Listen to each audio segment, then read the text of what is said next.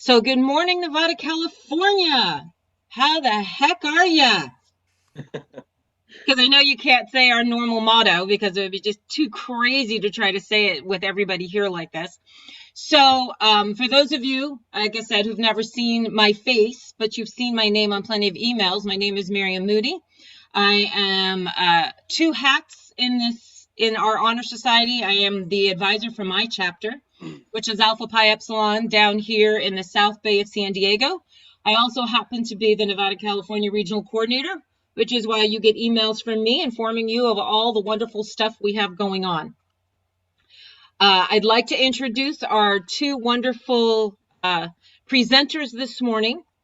First off, we have our regional coordinator emeritus, Charlie Klein. When he stepped down in 2018, I stepped up, so to speak. So Charlie is one of our presenters. He has been reading college projects for headquarters for a couple of years now. He doesn't read anything from our region, but he reads college project entries, and so he has got some insight in terms of what an award-winning college project write-up looks like, right? So that's extremely important. And then our other wonderful presenters, Jennifer Stanford from headquarters. She is the VP of implementation.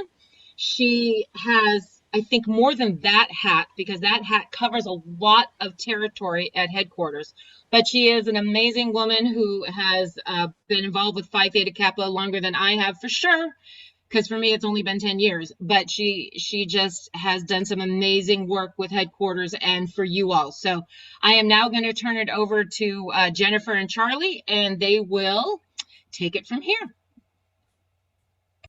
All right. Thank you so much, Miriam. And as you know, the region really is so large, it definitely takes a team to lead a successful region. And so we are so grateful for Miriam's leadership as regional coordinator. She has two associate regional coordinators, Kathy Gillis representing California and Bruno Rhodes representing Nevada. So happy for them. I'm not sure if they're both on for this morning, but okay. All right. So I wanted to, just in case they were, give them a chance to give a shout out. But as Miriam said, Charlie really is a phenomenal force for this presentation. His, I guess, probably two years or 3 years of judging. Two 2 years of Hallmark Awards judging. And we do have a lot of former advisors, former regional coordinators, some alumni who serve as Hallmark Award judges. And I was kidding Charlie because I said, normally we don't necessarily tell who our judges are for what categories, but for this purpose, I think it means a lot for you to hear from someone who has reviewed college project entries, and to underscore what Miriam said. He hasn't been reading Nevada, California entries, but he definitely has a lot of good experience that he can pass along to you.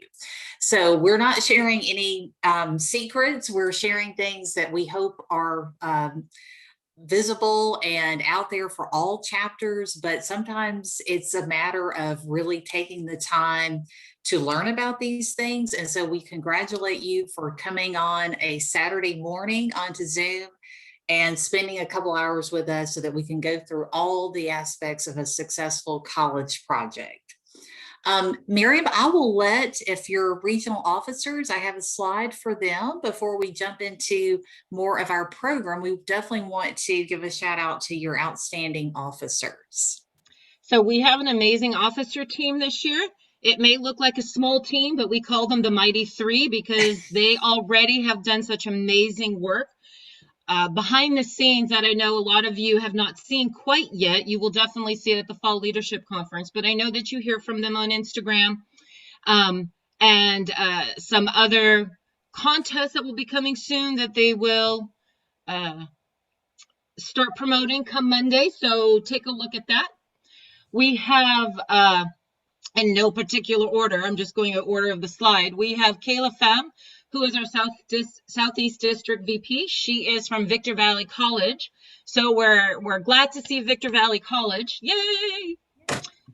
We have Jessie San, who is our VP of Technology. She is from Citrus College, an amazing chapter, who has been involved with the region for quite a while. And then we have Karina Sanchez, who is our VP of Communications from Southwestern College. And she has held the VP of Communications position in the chapter. And so now she decided to run for the regional position, and obviously she obtained it. And all three of these ladies are doing an amazing job. They have some fantastic ideas, and these ideas are being implemented. So if you're like, I haven't seen any of them yet, stay tuned, you will. Awesome. Well, thank you, ladies, for being here. We really do appreciate that. And we can't wait to see what your ideas are for this coming academic year. It's going to be, I know we have been excited. I think it's still very much a transition, an unknown period in our history, in our current state right now. And so whatever the fall brings, we want to make sure that we stay PTK strong and really keep that community connection strong. So whether we stay online for longer, or if we're doing a hybrid, know that your headquarters staff, your regional officers and regional leaders are all here for you. So don't hesitate to reach out. Just a very quick overview of what we're going to cover during the next little bit here. The part one, we're going to talk about the basics of a college project, exactly what that is. We want to share some examples from your own region, particularly the examples from 2020, which I think you will find very impressive. Miriam is going to talk about her chapter's project, which won an award on the international level. There were actually 3 chapters that won a college project Hallmark Award at our PTK Catalyst this past spring. So we're really proud of that, especially in a pandemic year. That's incredible. And then we want you guys to have time to connect with each other. We know that, it can get really long, and we don't want you to get restless just listening to me and Charlie speak. So we're going to have some breakout sessions. And the first one, you'll have, we won't keep them very long, but there is going to be some time for you to network with each other, as well as have a small assignment to do. Then we'll come back and we'll talk more specifically about the rubrics and what that means for a college project, and really understanding that there are some things that might be very obvious about a successful college project, but there may be things in the rubrics that you haven't considered. And it's so important to make sure that you've read and really absorbed those rubrics before you implement your project, because otherwise you will not have a chance to get those points when it comes to the college project award entry.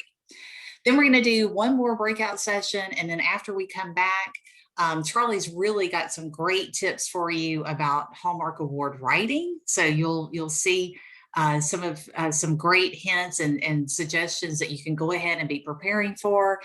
We'll talk about a timeline for your participation, so you won't pull your hair out when it comes to Hallmark Awards entries.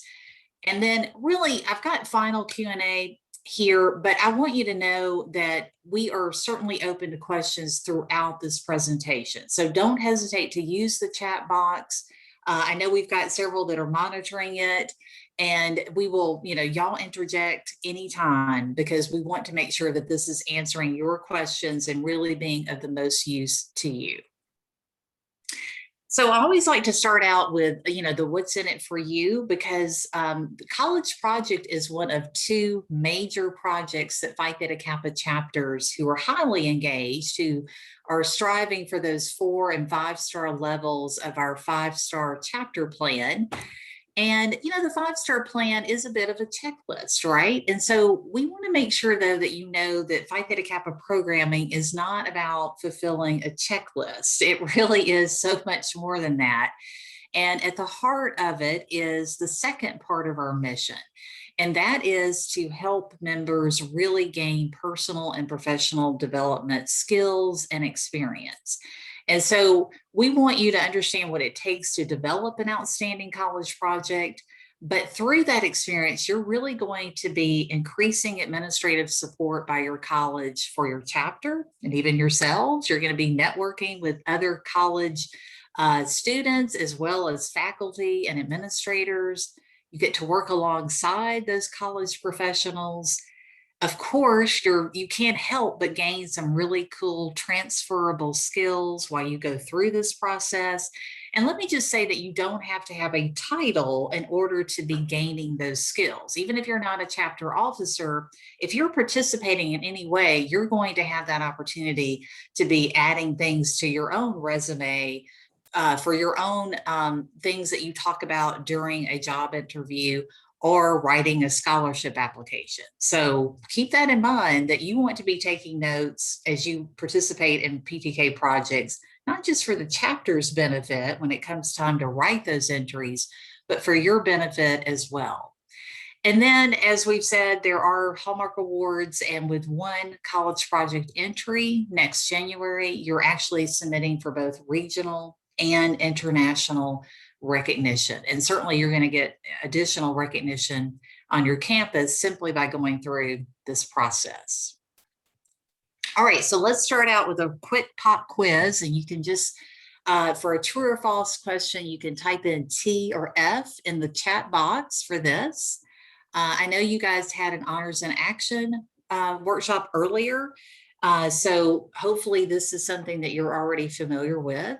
But a college project and the Honors in Action project should both relate to the honors study topic. So answer true or false in the box. And like I said, you can just do T or F, and I'll give you a few seconds to do that.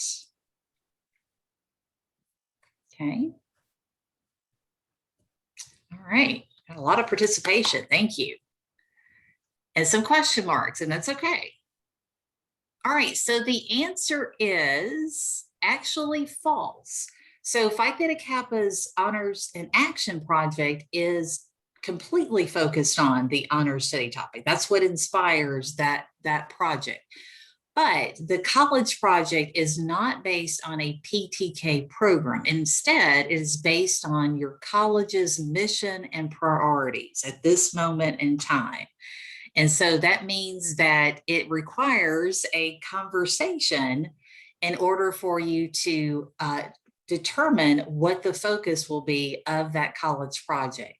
So just hitting the highlights here, we want you to know that the college project is all about strengthening that chapter-college relationship. And why is that so critical?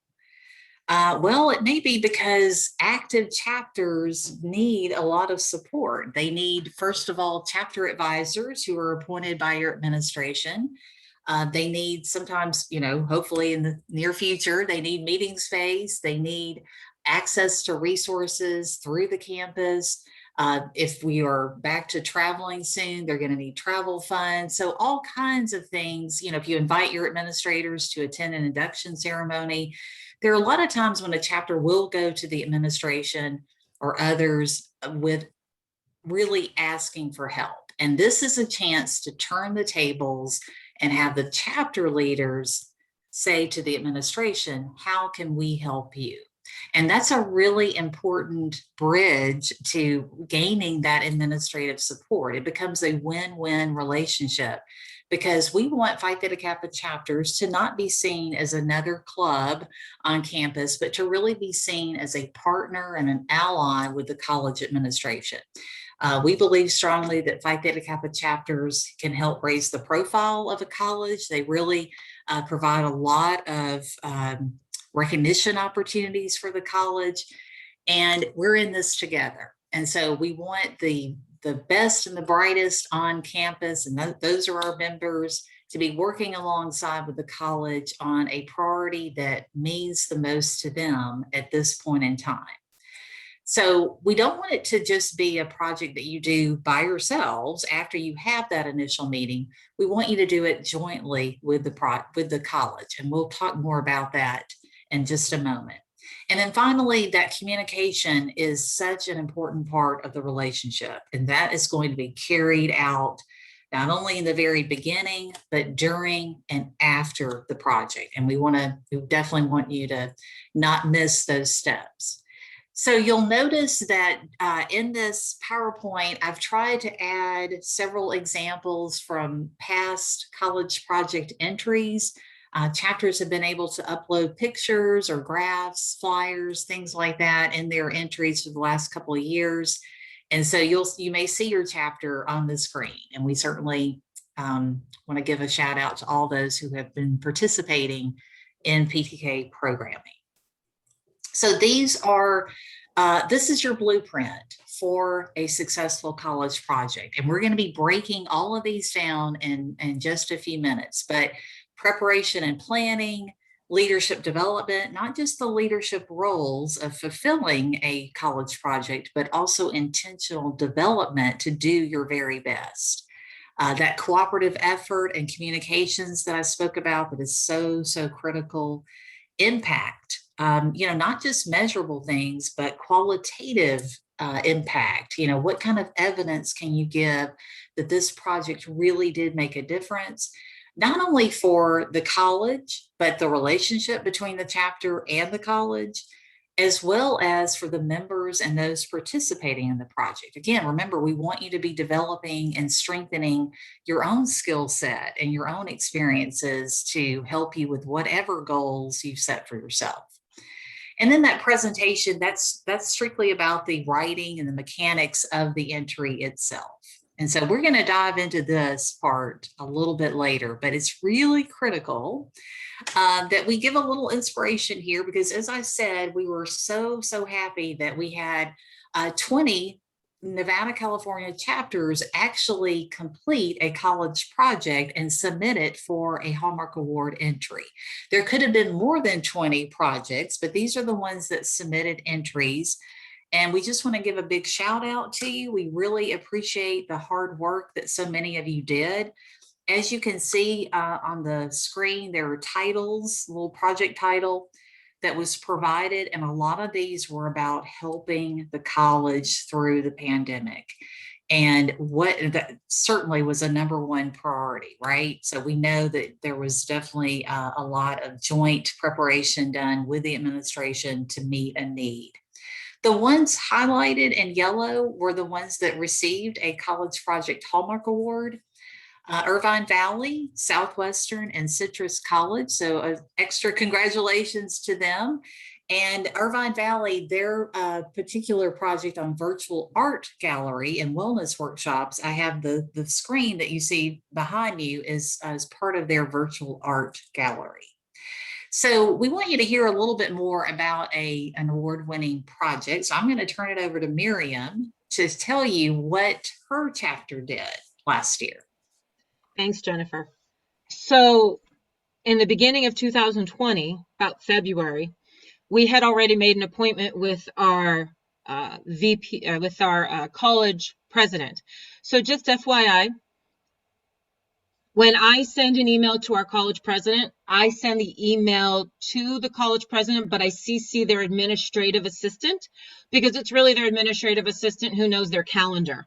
And so when I sent that email, probably actually in January, her administrative assistant got back to me and first of all said, thank you for always including me, because some people forget to include him and he's the keeper of the calendar. And so through her administrative assistant, I had booked us a meeting. So myself, our VP of college project, the two of us went and met with her. This was probably like February. And so we were chatting, and she knows us. She knows we come to see her every year. And so she knew exactly what we were coming for.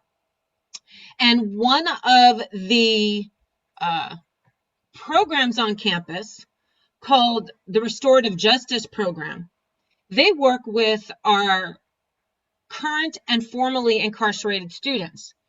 Now, my college actually offers classes to this particular institution, and the classes are not online classes because they don't have access to computers. So it's paper and pencil classes, and instructors were going in there, etc. So anyway, so she said you can help them, especially when they get released. And now, they've got to navigate the face-to-face waters, shall I say. So we said, okay. So that's what we did. We called it the Rising Scholars Mentorship Program. We partnered with our restorative justice program on campus. We spoke with the member specialist who is the right-hand gal, shall I say, of the program director. And between the restorative justice program, my chapter, and our VP of college project in the chapter, and others in my chapter who were interested in this program, we put together last summer, some components that we needed to make this work, because we wanted to make certain that we had people who were mentors that not only had the desire to be a mentor, but also some background, some of their own personality that says yes, they would be able to work with people who were formerly incarcerated, and maybe work with people who are currently incarcerated by writing letters. So we actually developed a questionnaire, not only for our mentors, but the potential mentees. And then when we had those questionnaires, we set up interviews with the potential mentors, myself, the program specialist from Rising Scholars, and our VP of College Project. The three of us actually conducted an interview with all the people that wanted to be mentors. So afterwards, we discussed, we gave all the questionnaires from the mentees and the data we collected, and our program specialist, she's the one who actually matched people up, and she's very good at it. So when she matched people up, we divided them into 3 categories. Case mentors, which means they were the ones who were actually going to be working with the justice impacted students who were released and now would be attending like face-to-face at our college. And then we had academic mentors, where they would gather the resources that our college has in place. So if one of the case mentors said something like, hey, my mentee needs help with English tutors, then the academic mentor said, here's the information that you can give, or whatever else. And then our resident mentors actually wrote letters to our currently incarcerated students. And these letters, first off, went through the program specialist, make sure everything was good, not, giving too much information, so to speak, about themselves, personal information, etc. But regardless, the success of the program was pretty evident, because those mentees that stuck with the program with their mentors, they all succeeded. They all succeeded in the fall, because that was our first semester with them. They all succeeded in the fall. Were there mountains and valleys? Yes, of course there were. There were challenges that came up along the way. There were successes that came up along the way. But gratefully, because we had partnered with the restorative justice program, the specialist was available to talk to the mentors when a situation arose that they're like, okay, this is coming up. Do you have any insight? How can is there something I can do to help? I don't want to overstep the bounds, because that was always something we had to be very aware of. And they all succeeded in the fall. And we were very, very happy about that. We were very happy that we could provide them the support they needed, and plus show them how to actually navigate the virtual world, because classes were now online. So they knew nothing about really the computers or getting onto Canvas or any of that stuff. And it's like, oh my gosh, now what, right? So our mentors, our case mentors, did a fantastic job in helping them, and even helping them get registered for their classes for spring.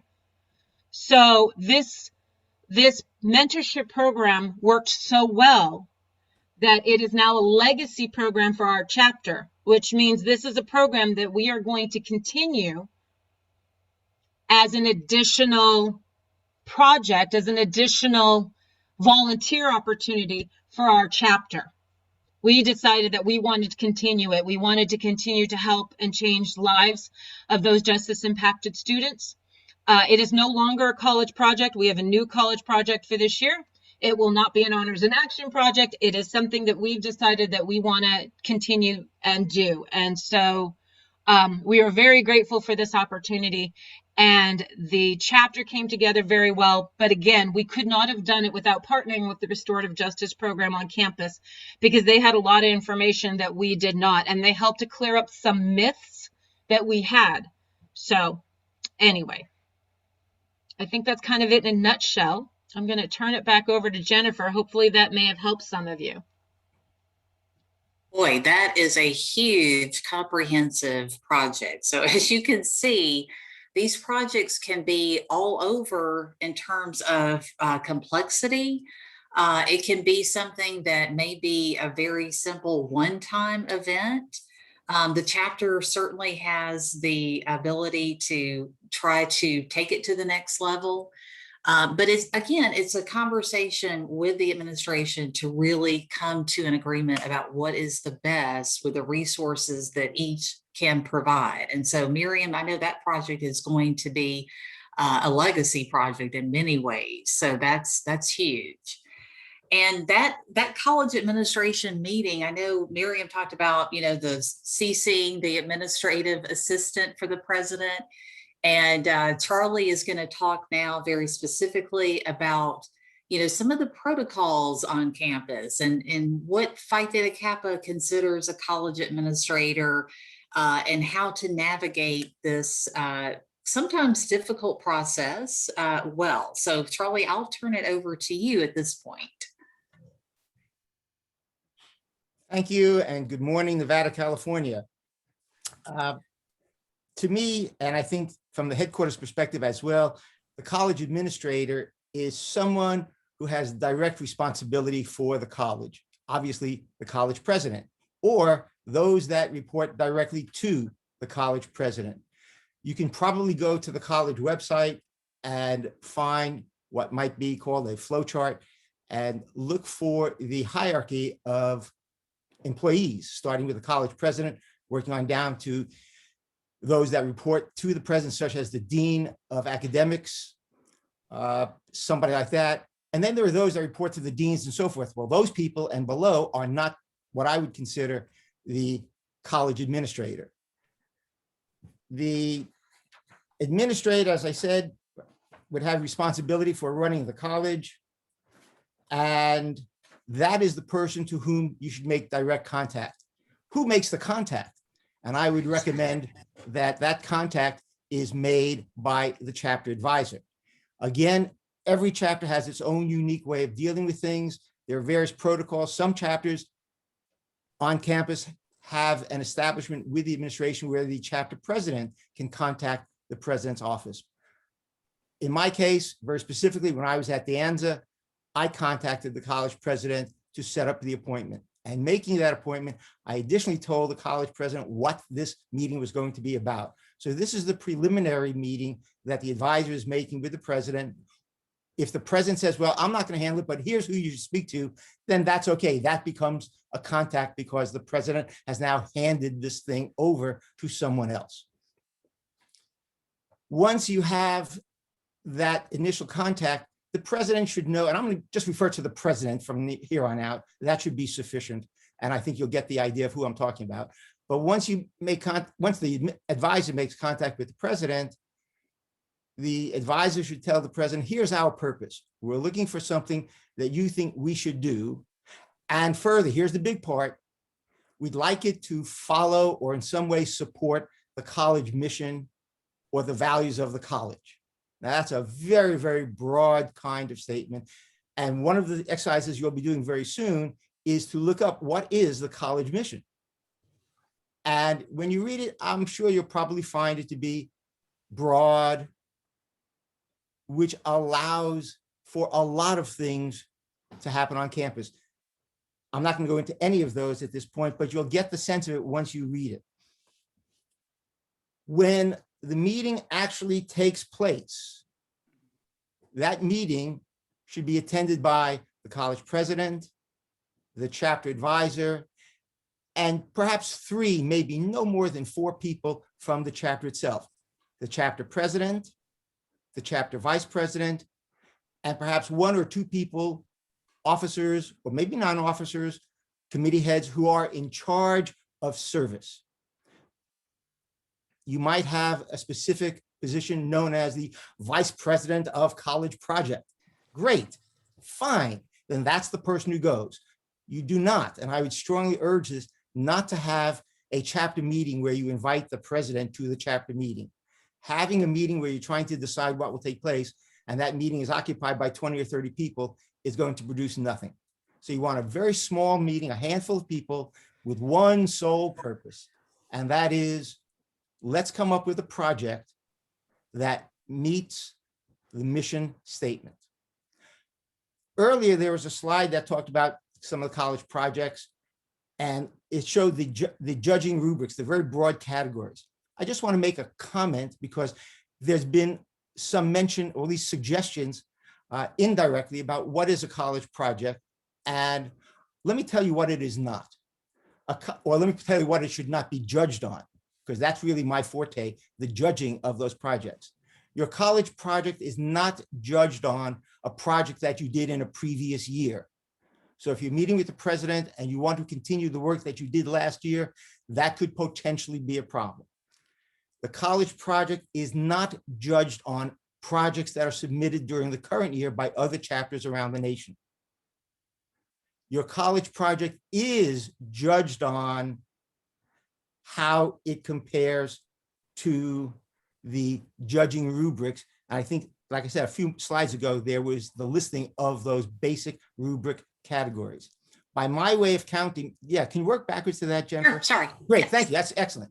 Okay, those first 4 categories, each of them has 5 judging characteristics for a total of 20.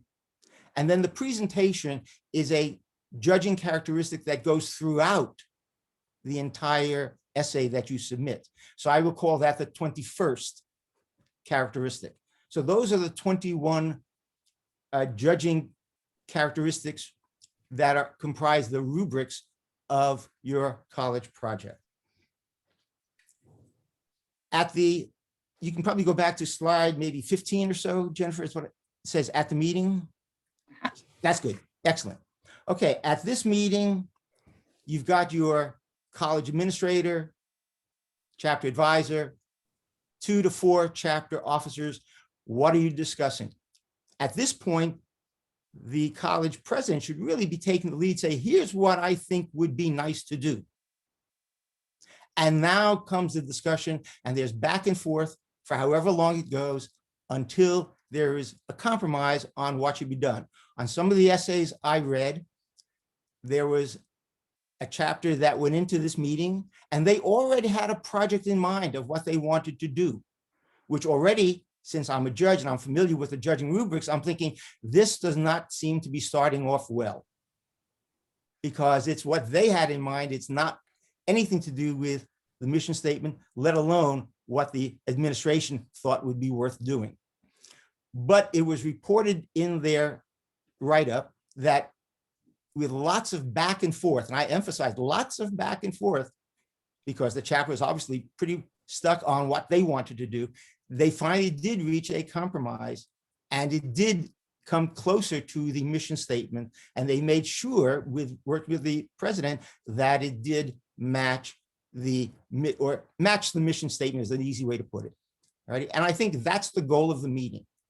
You're not talking about how we should accomplish it. You're just talking about a broad overall college project that supports the college mission. At that point, that's the input that I would give to this stage of our presentation. Jennifer, back to you. All right, thank you, Charlie. That's very well said, that this really is an opportunity for the administration to go first with what they need. And there are times that a college president or whomever you're meeting with, if you're not able to meet with the president, definitely explain that in the entry. That's okay. It just needs to be addressed in the entry so the judge knows why. But there are times that the college president will turn it over to the chapter to offer their ideas. And that's why we want you to be prepared to discuss ideas. And that's why it's great for you to have already looked at your college's mission statement and hopefully gone a little bit further to see what their strategic priorities are. It can fall under lots of different names for your college, but it really is the starting point for any great college project, because taking the time to look up this information on your college website, and your advisor may be able to provide you a copy of it as well, really shows the administration that you're serious about this project. And you'll also be able to talk more from a comfort level if they are talking about goals and priorities during this meeting. Now, they're not going to get into major detail, and we're not expecting you to memorize this, but it is a way for you to familiarize yourself with the college's strategic priorities. So right now we want to give you a chance, and I believe that we said the groups are just going to be a mixture from different chapters. So you're not going to necessarily be with your fellow chapter members if they're on this Zoom. But we want you to take a moment, and hopefully everyone, obviously you're online, so you have access to the internet and can look up your college's mission statement and see what else may be available on that website, and really think about how Phi Theta Kappa can partner on at least one of two of those objectives, those priorities. And so, Miriam, I'm going to turn it back over to you to set up the breakouts. Thank you, Jennifer. Go ahead. All right, welcome back, everyone. We saw that there were lots of good discussions because some of you were using up to the very last second of that breakout room space. So we will we'll have just maybe time for one or two to give us a very quick recap of what you found when you were looking on a college website to see what their mission statement and other priorities are. So if you'll raise your hand if you want to, again, speak very briefly about what your breakout group did. And I'll try to, okay, I see Anna Nam. That was the very first one that I saw. So. Sweet. Thank you. Okay. Yeah, Anna, nice to meet you. Oh, sorry, Anna. No problem. I'm an officer at Irvine Valley College's chapter, and I spoke to two other members of my chapter as well as Carmen. I'm so sorry I didn't catch your chapter, but Angel from Santa Ana, and then Todd, who came all the way from Austin. And we shared a lot of similarities in that all of our mission statements talked about economic or socioeconomic and environmental and cultural equity. And I think that's obviously probably a result of the past year or two and the inequities that we've seen. So that was really interesting to see that even though we all have different colleges, we still have similar mission statements. And I think an issue that both Angel's chapter and our chapter have been having that we want to sort out within the next month is just, it's been really hard to reach out to college admin because it is summer break. So scheduling that initial meeting has been really difficult. Gotcha. No, that's really good, Anna. And I know that it is true. Community college mission statements do look very similar to each other. And that's why it's great to be able to drill down into some more specific goals that they have for this coming year. And some of them will have like a 5-year strategic plan, and then that way you can see what's on the horizon. But those priorities can shift. So that's why that meeting with the college administration is so important. Caesar has already asked to go next, and so he will be representing Group 9. So thank you to Anna. We appreciate the feedback. Caesar, go ahead. Hello, my name is Caesar Tara. I'm a part of Group 9. This is my first semester with PTK membership. So this meeting is very informative for our group. I have gotten to know Daniel Asensio, Melanie Bennett, Jonathan, and there's one more group member, part of Group 9. And sharing with Melanie Bennett in the same district of Los Angeles district, I wanted to explain that Phi Theta Kappa mission statement is a national honor society that recognizes and encourages academic excellence and scholarship among community college students. Our mission is to provide a platform for students to engage with an intellectual environment, develop leadership skills, and increase transfer opportunities. Awesome. So that's for the chapter, the mission statement. Yes. And then, so how would that, knowing the chapter's mission and understanding what some of the areas that you're focused on, overall student success probably captures it. What are some areas just that you think that the college would be a good partnership? What are areas that are crossovers to help with the college? Okay, so dealing with Melanie Bennett in our communication meeting, our breakdown room, Jonathan had a few concerns with PTK on his own rights with Oceanside district of his own college. Okay. And he was explaining that he has been through board of trustees and chancellors, and let's put more faculty of dean and could you say principals to his college in Oceanside that are not supporting his PTK membership. And he's going through a lot dealing with pandemic and Zoom meetings that are not communicating with him back, Jonathan, especially PTK online organization. He's made sure to communicate with a lot of people a part of his college process and maybe book purchasing. So if you can in group 9, Jonathan, explain more about your issues. Well, and Jonathan, I just put my email address up there so that you can contact me directly. And so it sounds like that we can give some one-on-one guidance for you to really get the issues resolved for you and do our best to resolve them. So I don't know if I 100% spelled your first name correctly, but I did put my email address there in the chat. So if you'll reach out to me after this, we can certainly help you. All right, we're gonna, I appreciate that, Caesar. We're gonna get back to going over our presentation here. And the next part that we're gonna focus on, I'm gonna do a little follow up on what we were talking about for your breakout groups. And these are just a couple college examples. When I looked up, this happens to be from Napa Valley.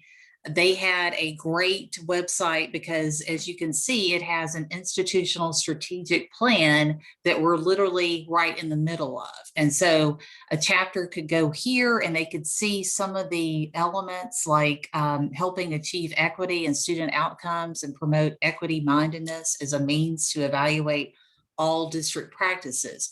Well, certainly Phi Theta Kappa, that is certainly one of our priorities as well, making sure that all students know about Phi Theta Kappa and the benefits that we offer. And when you talk about things like that, it's always great from a college perspective to have students' input. And so that might be an area where the chapter could help with that particular goal.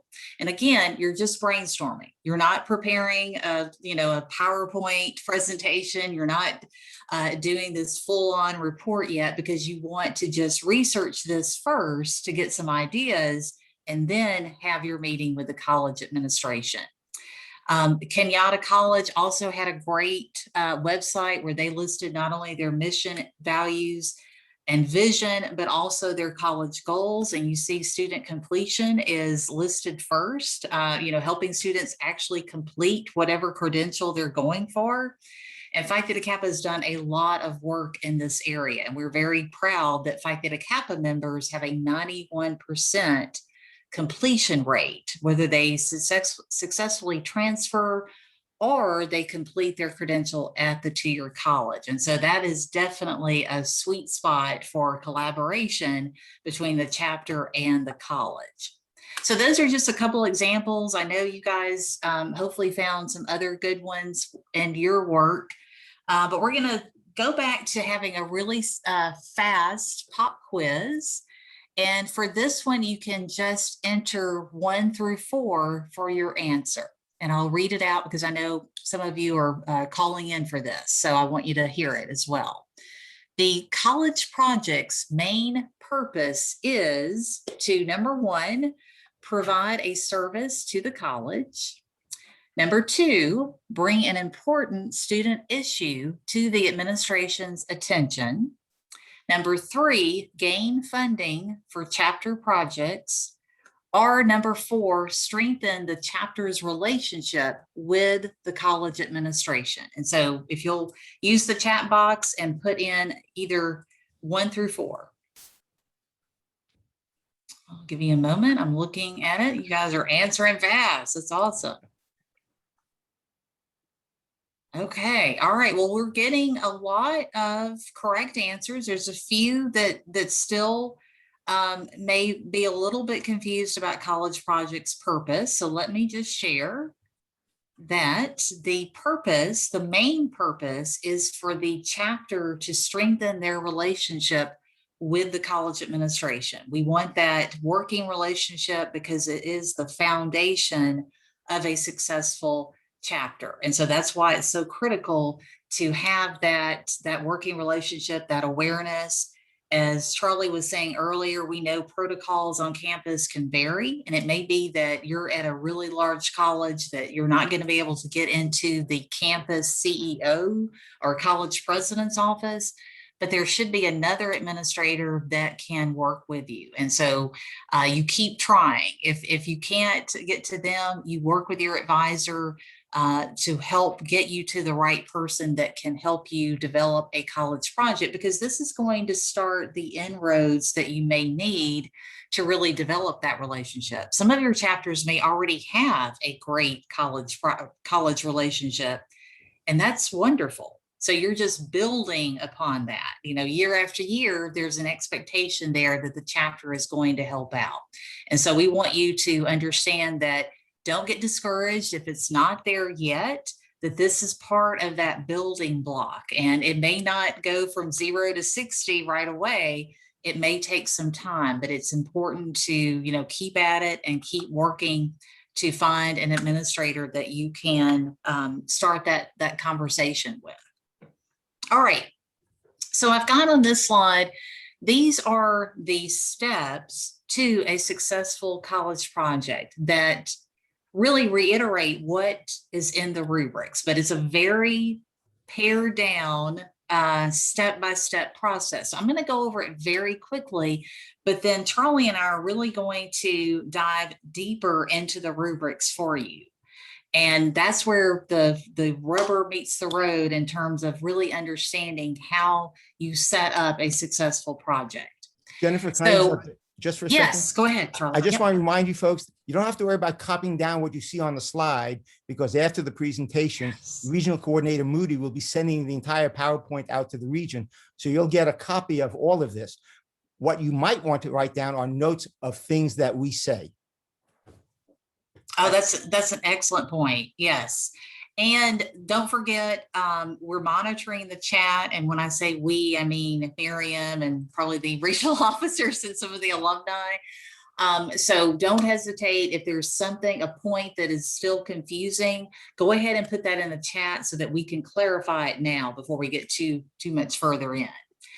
So we've already talked about the first couple of steps here where you're researching the college mission and priorities, and then setting up that meeting and hopefully determining together what that project is going to be. And as Charlie mentioned, some chapters will have a VP that's specifically focused on the college project. If you don't have an officer position for that, we certainly recommend that you make sure at least one of the leaders in the chapter is focused on the college project, because we all get busy. You may have honors and action steps going on, and you don't want to lose progress or lose track of your progress.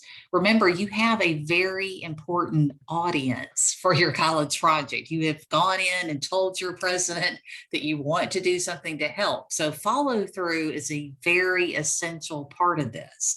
And if for any reason you get majorly off track, you want to go back and have a conversation with them about that. Don't just let it, fall by the wayside, because again, this is all about that relationship. And during a pandemic, There certainly will be more, grace given, if you will, for any obstacles or other things that come up that just can't be avoided. So make sure you're communicating. But we want you to be able to do a good job with whatever the project's focus is. So take the time to get that training and information that you need. And we're going to share some examples of how to do that. And then we're also going to talk about the strategic planning of your project, because a lot of those details chapters will leave out of their entry. And we want to know about those decision-making moments and, what you did to really plan out your work and how you were going to track outcomes so that you had that data. So don't also forget that you are playing a key leadership role, but you don't have to do it all by yourself. So reach out to other student groups if you have that opportunity. You're certainly going to be working with others on campus to fulfill this project, and that could be other college departments. And again, remember, it's a joint project. So this is not something just that the chapter implements. It is a collaborative project. And if you do run into new opportunities or obstacles, go back and have that discussion with the administration to make sure that what direction they want you to proceed in. It's not just your decision, it's a joint decision. Finally, and this is one of the things that a lot of chapters will leave out. They may communicate well in the beginning, may even have a follow-up once, but they don't do that final project report. And this can be your college project entry for Hallmark Awards. It doesn't have to be a 10-page research paper. It doesn't have to even be a formal meeting if you're not able to do that. But there needs to be a closing of the loop with your college project. And so that's why we highly encourage you to take notes during all of the steps of this so that you can write those vivid details. Tell us how the sausage was made, because we really want to know. And the deadline for both the college project entry as well as your honors in action entry is January 19th. Okay, so Charlie, I know you wanted to share some more on this slide as well, so I'll let you go first on this one. All righty. And we're talking, Oh. you're talking about the one that starts out with updated college project entry? Yes, can you see that? Yes. That's right. Okay, great. Yeah. Okay. What you see in front of you, folks, are the 6 questions that you'll be answering at the end of this year to describe your college project. And all of those questions have rubrics associated with them, what I called earlier, the judging criteria. So make sure that as you answer them, you're also looking at those judging criteria as well. Don't worry about 1,600 words. That comes at the end, ironically. That's when you actually put in your essay into the headquarters website. That's when you upload your work. So instead, think of it this way. You've got 6 questions, and roughly speaking, and here's the mathematician in me, that's approximately 250 words per question, which gets you 1,500 words with a remainder of 100 words. Now, 250 words is essentially 1 page of typewritten work with 1-inch margins all the way around. So you're essentially writing 6 pages of response, 1 for each question. If you go over a sentence or 2 onto the next page, no big deal. If you go over 3 pages, no big deal. You'll run into that problem when you upload. And that also, by the way, opens up the door to another issue. Don't wait for the last minute to submit your entry online on the headquarters website. Later on, Jennifer and I will be talking about timelines, et cetera, et cetera.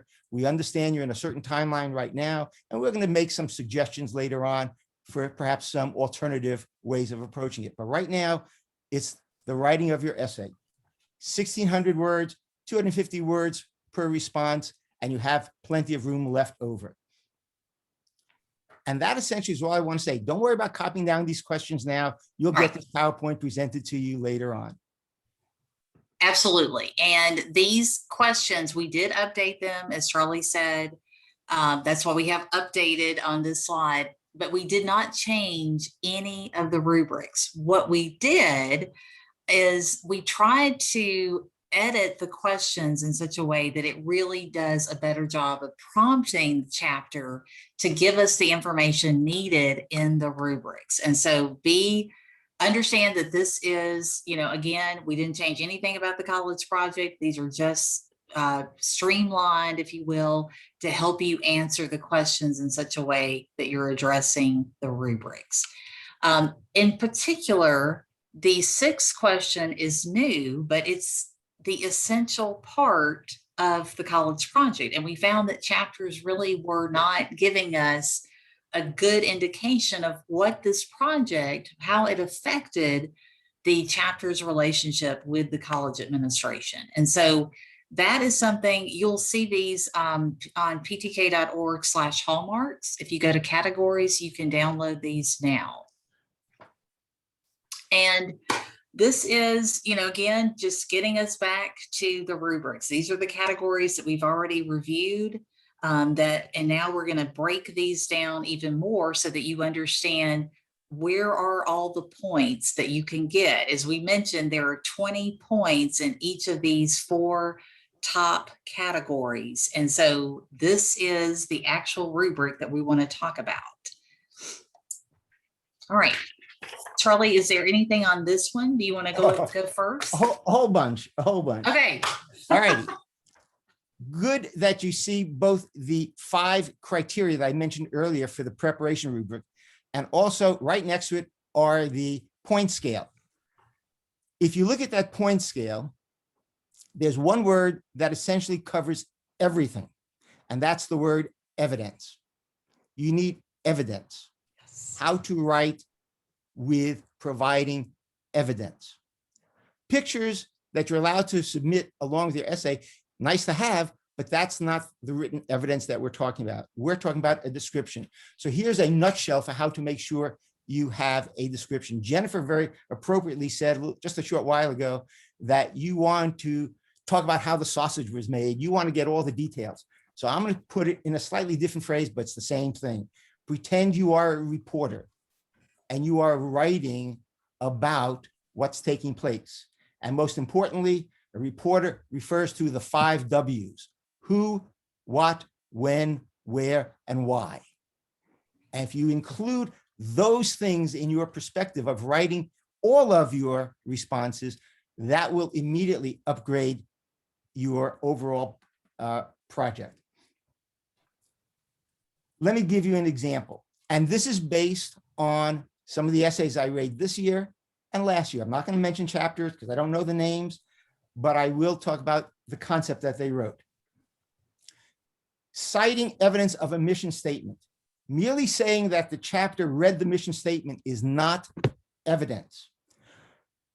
Saying the project fits the mission statement is not much evidence.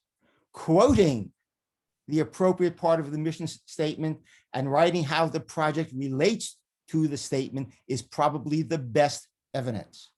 And I had essays where chapters didn't even mention the word mission statement or anything like it. They didn't say mission or values or goals or nothing like that.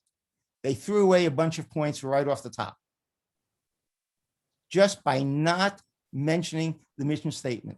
But the best responses, or the best reactions I had were those where the chapter actually quoted the mission statement and then showed how the project, again, keeping in mind, now the project is a collaboration between the administration and the chapter. So how the chapter matched the mission statement. The chapter and the administration mutually agrees upon the college project. That is crucial. I said earlier, some chapters go in to the meeting thinking this is what they want to do. And that's probably not the best approach. The mutual agreement is a back and forth discussion occurring during this initial meeting between the administration and the advisor, and especially the 3 or 4 officers, to again show that the chapter directly supported the mission statement. So those are the 2 key issues that you see outlined in yellow under the preparation, and that's what I have to say about those 2. Yeah, so we highlighted those in particular because, you know, we've done a lot already in this workshop talking about the first three criteria under preparation, but we wanted to make sure that, you know, it's essential. You have to treat the judge as if they know nothing about your college project, because they don't. And so you really want to be explicit when you're talking about how that project related to the mission and priorities, and that it was mutually agreed upon. It's not something that, you know, was just rubber stamped. It's not something the chapter did separately from the administration. And it's hopefully a conversation that leads to that mutual agreement. Okay, so now we're going to talk about leadership development. I know I've specifically talked earlier about, you know, this is not a do it yourself, by yourself situation. We know that you've got a lot going on. You know, we certainly want you to be able to participate in Phi Theta Kappa, gain those leadership skills, but also be doing all the other commitments that you have. So you really do have to work with others to accomplish this. I know, Charlie, if you want to talk about your areas and then tell me when you want me to hit the next slide on strategic Okay. thinking. Okay. Thanks. On the first part, first bullet item, how does a chapter show significant leadership role in implementing a project? So I thought about that. And of course, I put it in the context of what other chapters had submitted under this particular rubric. And it occurred to me that a leadership role means that others will follow you. So if you're doing a project, one of the things to ask is any other student organization doing this work? And if they're not, then you're certainly taking a leadership role. Did your chapter initiate contact with another student group to ask or solicit their assistance in your project?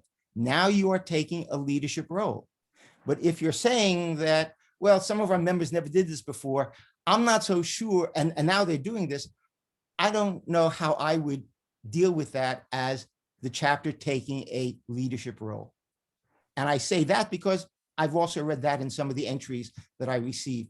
So as you can tell, just by what I'm saying, often I, as a judge, and I presume all the other judges, are really in a quandary as to just where the chapter is in responding to that particular judging criteria. And again, it's very crucial about how you write it. Back to the 5 W's I mentioned earlier. The second item on critical and strategic thinking. I think it's on the very next slide. There you go. Thank you, Jennifer. Yeah. Okay.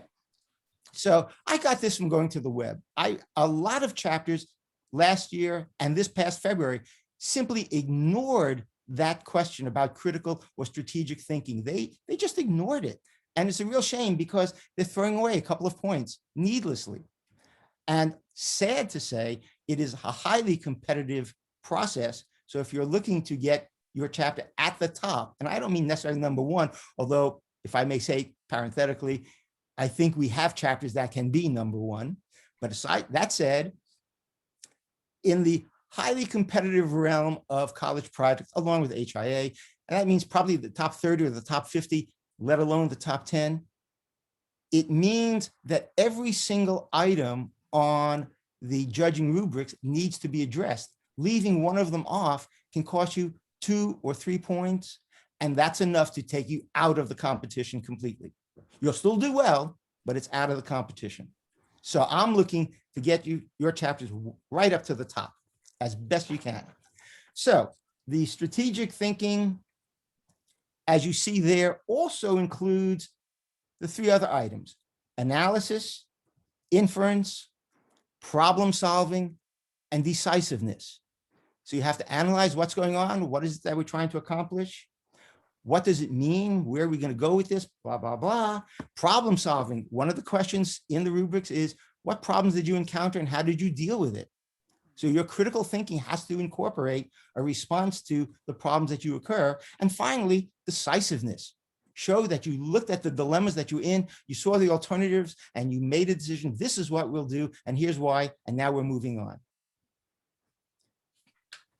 Back to the previous slide, if you would, Jennifer. The third item having to do with areas to be assessed. took time to assess the areas you needed to strengthen and or learn. My comment here is, what skills does the project require that chapter members do not have and yet must learn and develop? And this is happening almost in an as-you-go process. You're working through your particular project, and all of a sudden you need to learn something that nobody knows how to do. So this particular rubric, that particular point, asks you to address how did you deal with something that you did not know how to deal with prior to doing this project. A quick example, may not fit here, but as an example, suppose your project was to build a house with Habitat for Humanity. And all of a sudden somebody does not know how to use a saw, a particular type of saw. They have to learn the skill. Who taught them? How did the person learn the skill? And then the project continued on. The fourth item, members participate in the leadership development activities to strengthen those skills. Was there training by some outside source? Did you go to somebody else on campus? Perhaps you were doing something that involves photography. Did you have to go to the media center to learn how to do certain kinds of photography? That is a skill that needs to be developed, and you have to get assistance to learn that. So you have to be wide open to all of the possible things that may occur and how to get the correct assistance and to go after that assistance if you don't have it. And I think that would cover my commentary for that particular slide, Jennifer. So it's back to you. Okay, Charlie's advice is spot on. I hope you guys are really, Thank you. listening, because he really is. This is all gold for what he's offering to you. And you know, the point about the leadership development resources, as Charlie said, there are going to be things that you're doing maybe with other projects and other areas of Phi Theta Kappa, or maybe even in another a class or other student group that you can apply to this college project. So don't feel like that everything has to be done over again. If you've already been able to get training or get specific help in an area, just write about it in that way. Tie it directly to the college project. How did that help you implement it? And there are lots of resources. Of course, PTK has lots of resources for you, in addition to those that you might find on your own campus. But shout out to PTK Edge. If you're not familiar with our online courses, we have 5 that we offer now under the PTK Edge umbrella. Competitive Edge is the one focused on soft skills. So a lot of those communication and critical thinking skills are part of that. We also have the Leadership Development Studies course. This course has been around for a long time, but just in the last couple of years, we've been able to put all of it as an online course free to any Phi Theta Kappa member. So take advantage of those resources. You access them at the website that's listed there on the screen with your PTK username and password that was emailed to you when you became a member. So if you're not sure what that is, if you have any questions about that, I'll make sure that my email address is showing on the last slide, and you can certainly contact me or your advisor. But I also want to say that with those courses, they're all online, they're all self-paced, and you can go in and get just 1 or 2 units completed without having to complete the entire course if you're looking for something very specific to help you with your projects. Now, of course, it benefits you greatly to go through the entire courses, and we do hope that you will do that. But you'll get a digital badge for each unit that you complete in any of the PTK Edge courses. So definitely take advantage of that. That's another thing to put on your resume, another tangible benefit from your Phi Theta Kappa membership. Now, this particular regional event that all of you are participating in, I hope that all of you will write about this in your college project entry, because this is definitely part of the leadership development activity that you're doing to implement a successful college project. So you absolutely have at least one thing you can already be talking about. Good. All right. So now we're going to get back to the rubrics, communications and cooperative effort. They go hand in hand. And Charlie, I'll turn it over to you. All righty, thank you again. On the first item, flexibility and creativity. My comments were basically in the form of questions. How did the chapter deal with the obstacles, setbacks, and unexpected problems? The chapter needs to say, we ran into some issues, and as Jennifer has been repeating, and as I have said earlier, the who, what, when, where, why. You've got a problem, describe it. And if it is a real stumbling block to the project, then say so.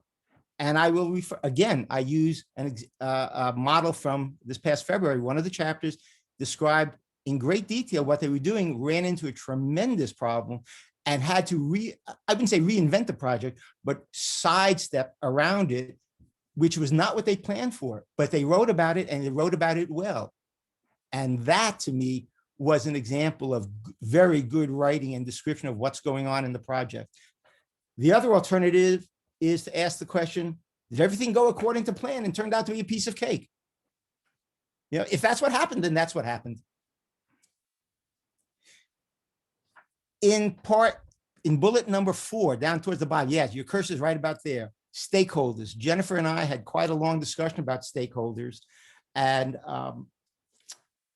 so let me put it this way.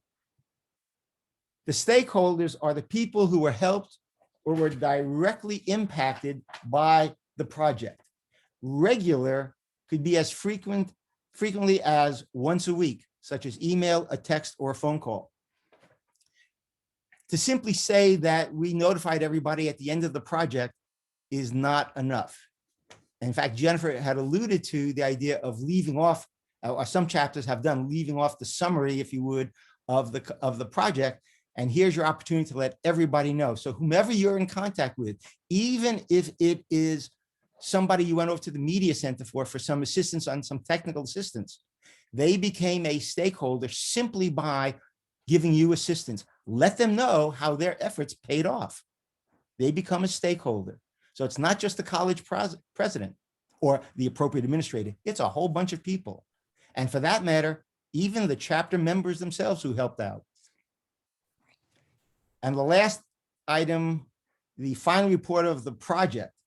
Here again, it says to go to the appropriate administrators. Well, it's really nice to include all the other people I just mentioned. In fact, early in this discussion, it was mentioned that Miriam was talking about going to her, contacting her college president and also contacted the administrative assistant. Even though the administrative assistant may have a minor role in it, Miriam mentioned how appreciative she was of being informed and contacted, even just CC'd on the email. You can do the same thing. It's no big deal. It makes sure that everybody has been included.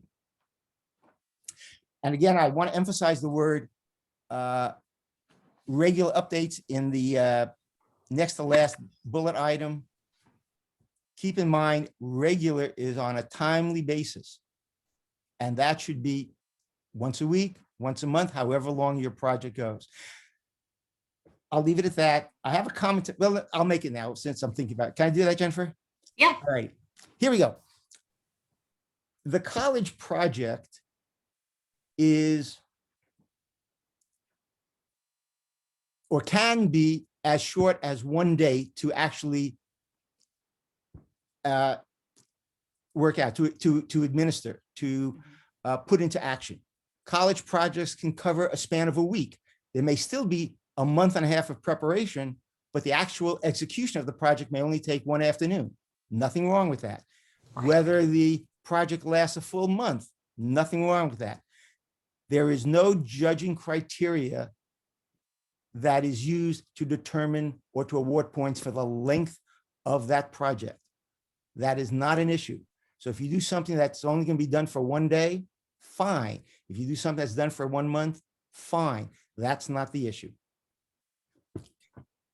Yeah, that's a good point. And, you know, remember, it's what the administration most needed the chapter's help with. And it doesn't mean that you can't still have a significant impact from a very short-term project. So you want to be careful that you're setting up mechanisms to get that kind of data, both qualitative and quantitative. And we're going to talk about that next. But before I move on, I just want to emphasize one thing. When Charlie said that, when you're talking about, maybe you didn't have any issues that came up, maybe everything went smoothly. I guarantee you, if everything went that smoothly, then you did one heck of a job organizing and planning it. And so you want to definitely sing your praises and give evidence of why your planning led to such a smooth operation, if you will, for your college project. Otherwise, you're definitely going to have, and you can still have challenges even if you've done a lot of careful planning. And so that is just the nature of events. So it goes both ways. All right, so impact. This is the final rubric that we're going to talk about before we get into one more breakout session. So Charlie, I'll let you start. Thank you. Of the items that are highlighted in yellow, demonstrated how these outcomes address the college's goal for the project. On the one hand, I would think that at this point should now be pretty self-evident.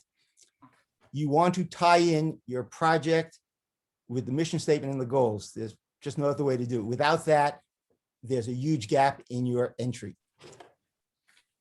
To demonstrate how the chapter's relation with the college was strengthened.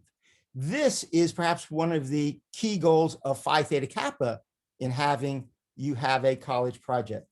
You want to say more than just simply the college liked or appreciated our work. You want to be able to focus on the relationship being strengthened and how it was strengthened. In my mind, theoretically, down the road, 2 or 3 or 4 years later, assuming that your chapter, even though there'll be new people every year, are at this level of performance with the college project, at some point, the administration is going to take notice of the work that your chapter can do. And instead of turning to some other group to do something, they will initiate making contact with you. And that to me is an excellent long-term goal. It may take a few years to get there. I know, especially in Nevada, California, and certainly in California, most of your chapters are under the governance of the ASG, the Associated Student Government, or the ICC, Inter-Club Council. And you have to follow their rules. And I don't want to get into that, but I know it because when I was coordinator, all the time I was getting concerns, complaints from chapters about the hoops they had to jump through at this point. Well, by having a really good project and doing it consistently for 2 or 3 years, you have moved the administration's viewpoint from the ICC to perhaps your particular chapter and saying, this group can do something for us. Why? They did it for us for the last 3 or 4 years. Let's get them to do this again. Whereas if they go to the ICC, there's probably only 1 or 2 people they're going to see there, the ICC president or the ASG president. And then that person, that student has to try to come up with a way to deal with the project. But you have a chance to isolate yourself in a good way, to separate yourself and to stand out. And this is the way to do it. Well said, Charlie. That was awesome. And it really is true. You're networking with people that can help you with your own personal and professional goals as well. So the impact is going to be so much more than just the project itself. And those relationship building opportunities are priceless. This is part of the reason why you're in college, is to build this kind of network and support system. Thank you, Jeffrey. Go back to that previous slide. I want to make one more comment Yep. on the very last item, the bulleted item, where you're demonstrating meaningful reflection.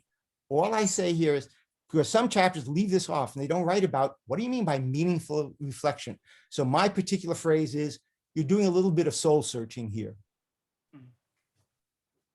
Yeah. And you're trying to write about how you gained, how you improved. And yeah, it is a soul searching kind of experience. Yeah, and that's a great segue about what I was saying is that, we've had students that have gone through a college project and been introduced to an area of expertise that really has redefined their career goals. So you could have that kind of anecdote that you share when you're trying to give the examples of impact on the individual chapter members and any other collaborators that had that experience. All right, well, we are at the point now where we want to do our next breakout group, and this one's going to be really short. We want you to really just have a moment of reflection on the college project and what it could mean for your chapter.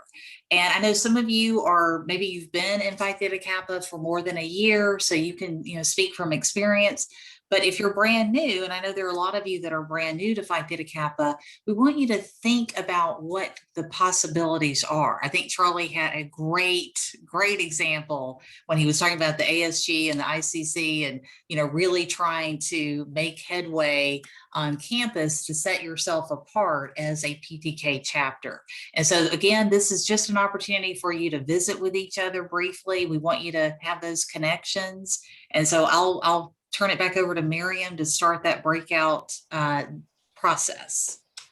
Thanks, Jennifer. Okay, so some of you may want to take a picture of this screen in case you're like, wait, what are we supposed to talk about again? I'll give you a moment, and then what I'm going to do is I'm going to send you in those breakout rooms. Jennifer, about how long do they have? You're muted, just FYI. Sorry, 5 minutes. Okay. So take a picture of the screen, and in just a moment, I'm going to send you back to your breakout rooms. All right.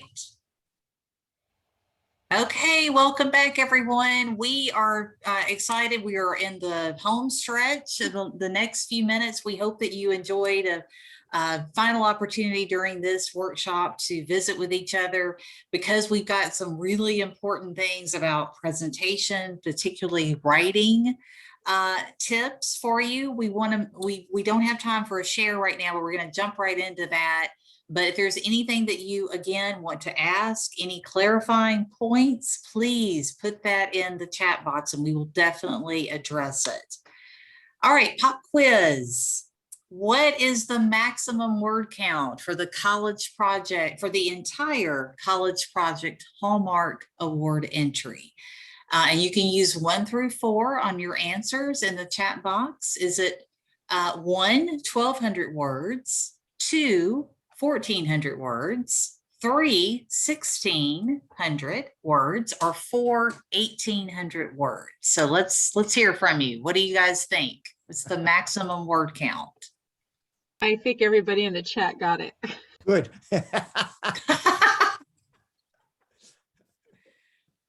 Good deal. Good deal. You guys are doing great. All right, give me one more second.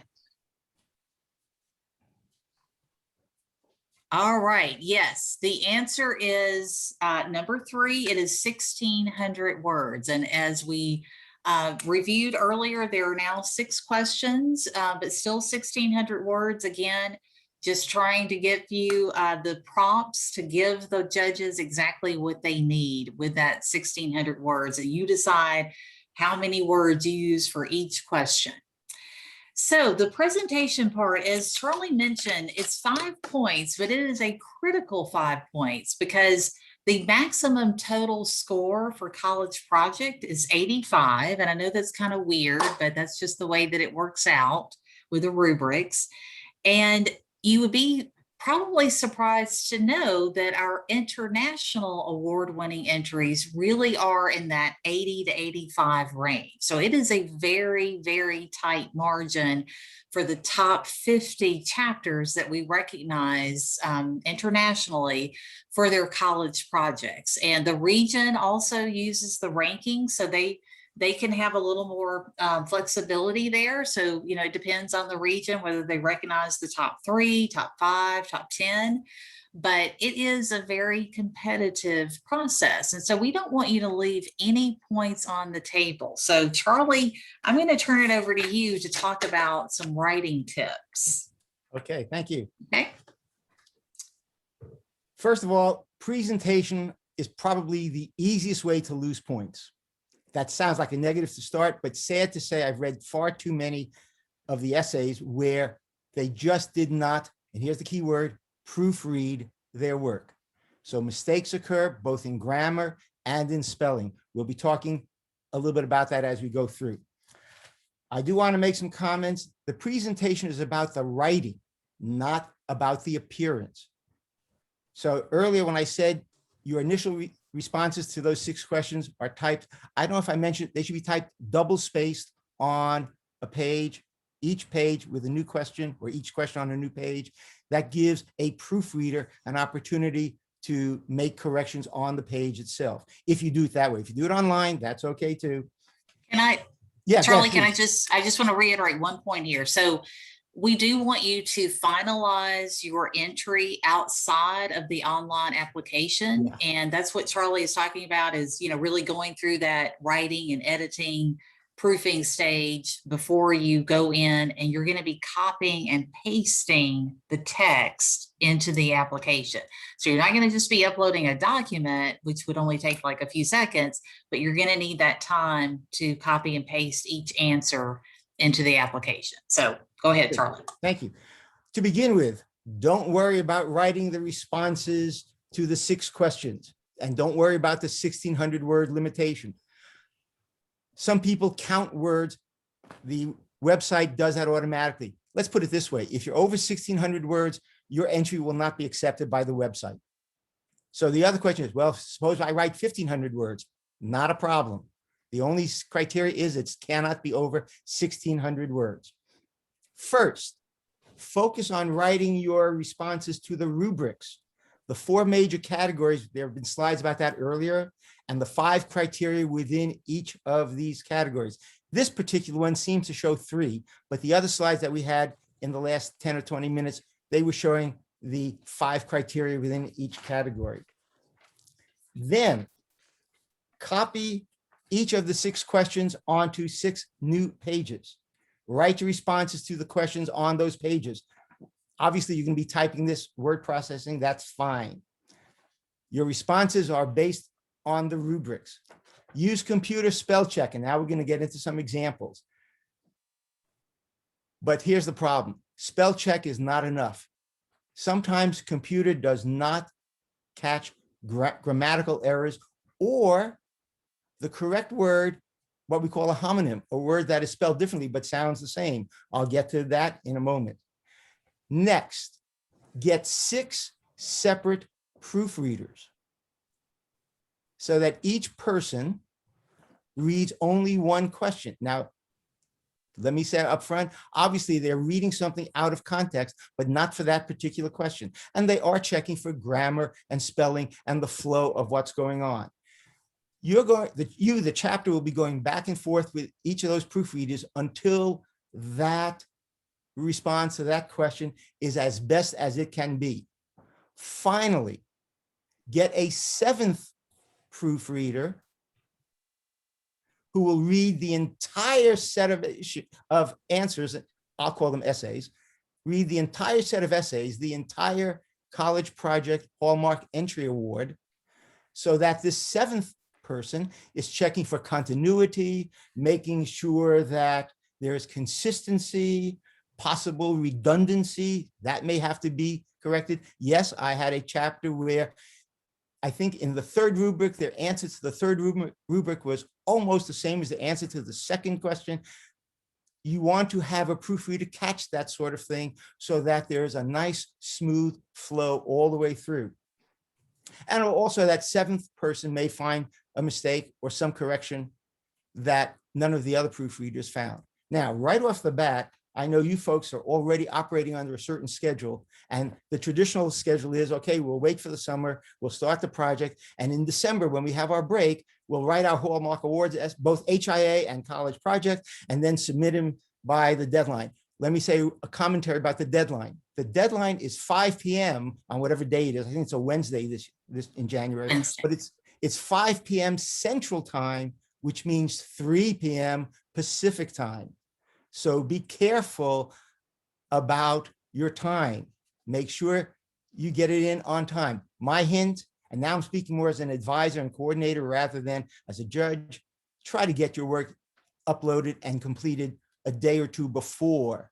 Because if you have a technical problem, you go offline, there's a power failure, whatever can happen. And Jennifer, last night, because I was in a power failure last week when we were doing this preparing our presentation. So you don't want to run into those problems. Get your work uploaded before the deadline, well before the deadline. All right, I'm going to take a little sidebar now and start opening up some examples I came across. So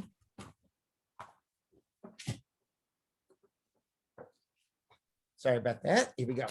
I'm going to read a sentence to you. It comes out of a magazine. I hope you can see it. I've circled it.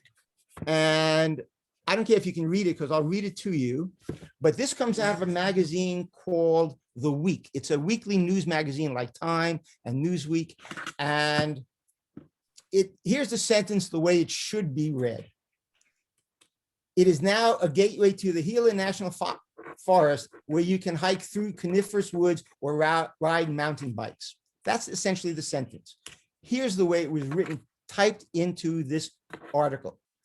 It's now a gateway to the Gila National Monuments where you can hike though coniferous woods or ride mountain bikes. So there were several errors here, at least two big ones. One is the word where, W-H-E-R-E, was written twice. The other was the spelling. And the word should be through, T-H-R-O-U-G-H, and they left off the R. Okay, a couple of commentary on that. I doubt that a reader of the magazine is going to cancel their subscription. On the other hand, when the publisher gets word of this, they're going to be very embarrassed. But that's about the extent of it. You, as a chapter submitting your award, the consequences are a little bit different. Errors like that will mean a deduction in points. And now we have a potential problem. Because the errors that made it through here, even though the author is on a timeline, they have a deadline to get their article in, they make careless errors. Spell checker did not catch these kinds of errors, but a person reading it will.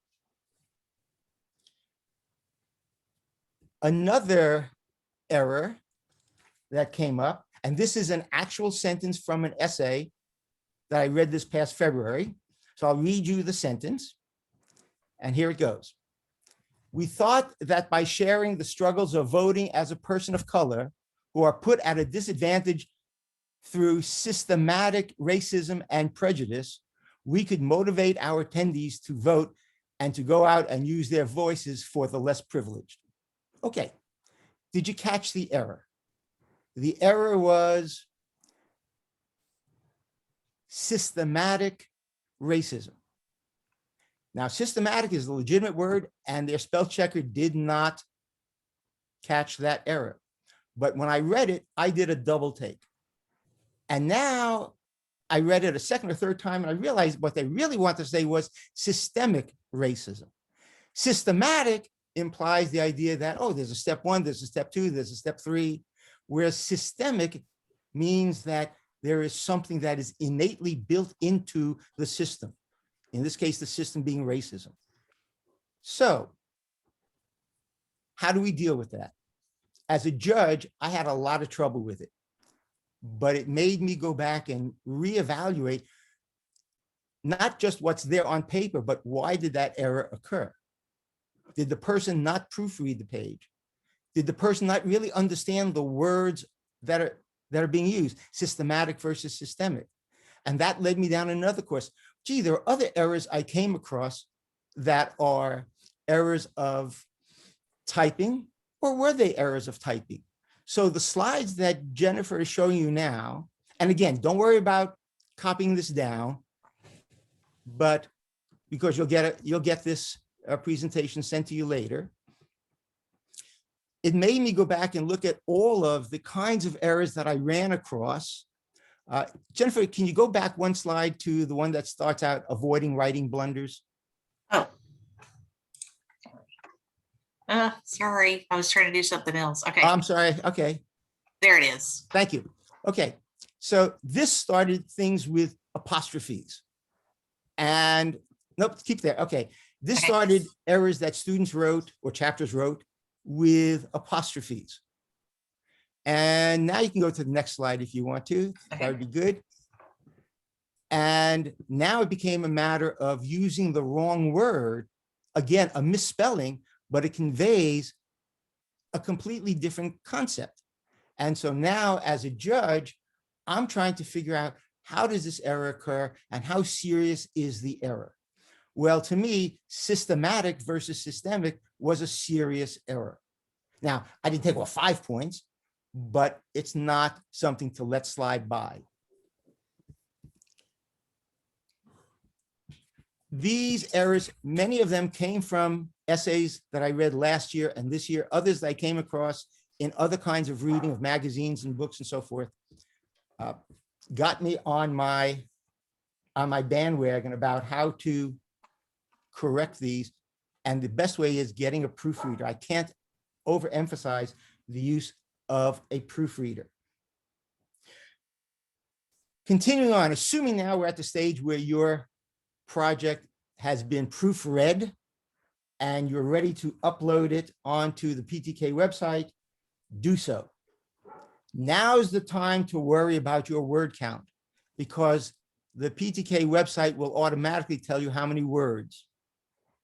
And when you're over the limit, then you've got to start cutting.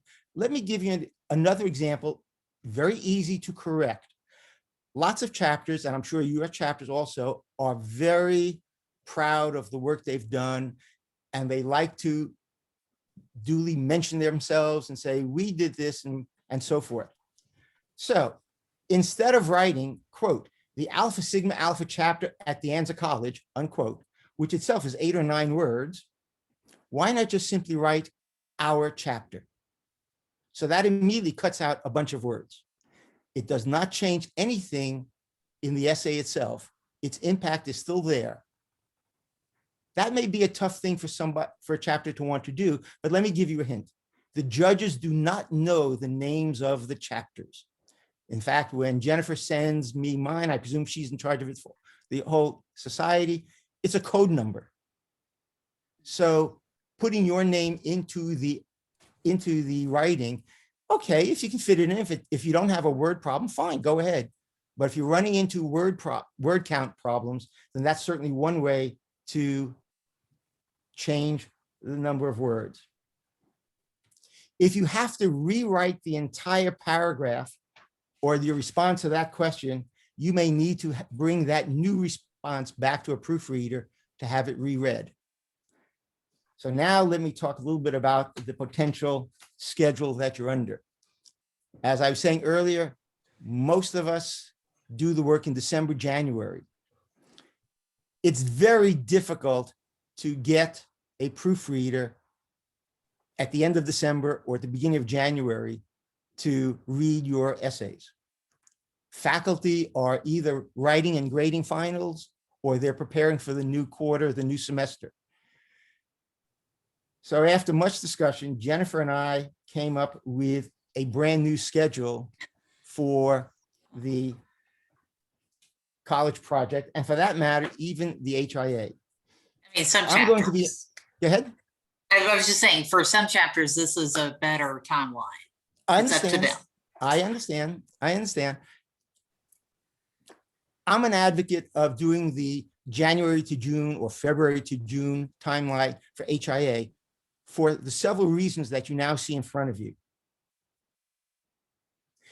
In addition to the reasons that you see in front of you, it also gives the proofreaders a lot more time to read your essay. So if you finish your project by mid-April, and even though you have graduation and the end of quarter a month later, you have essentially a good 3 weeks to work with your proofreaders to read through the essays and correct it, and even enter it onto the PTK website. And in reality, a proofreader doesn't need 3 weeks. They can probably do it over a weekend and get back to you. And then the next weekend, you can have your 7th proofreader read everything and get back to you. And you can still be done long before finals are over in the springtime. You may not want to upload it until summer, but you have the time. December, January, when you're doing 2 major things, at least two, HIA and college project uploads and rewritings, your time is now being pushed. And then if you want to write other essays, such as other awards for outstanding chapter member, advisor, science project, whatever else you want to do, that's a lot of time or a lot of work to cram into a very limited time. So my suggestion is, even though for this coming year, that for the 22 awards, you can be working December, January, but in February of 22, start working on the next college project.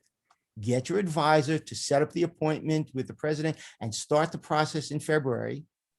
I'll give you a week to relax after you've worked so hard getting it uploaded in January, but get everything done, take a break, and then start February 1 or whatever the first Monday is and get to it and spread it out over 3 months. There's nothing wrong with that.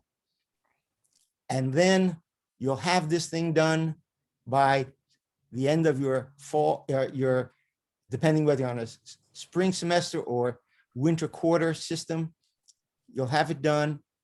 And you can then focus summer on putting together your next major project, which is HIA, which many chapters do. One other thing that's not mentioned here that I want to mention, which I ran into while I was an advisor, it was very difficult for me to break this process. And I know other chapters ran into it also. And that was that the current officers that essentially are elected in the late spring, and they start really serving from summer through the election of the next officer. So I'm going to go essentially for the academic year from September to May. Your project is done and everything's submitted at the end of January, February. And a lot of the officers say, gosh, we're really tired. Let's take a break. And they say, well, we have this new project to work. Oh, let the new officers deal with this. And so that kind of approach, and now I'm speaking more as an advisor than I am as a judge, but it is going to affect the work you do that eventually will get judged that following year.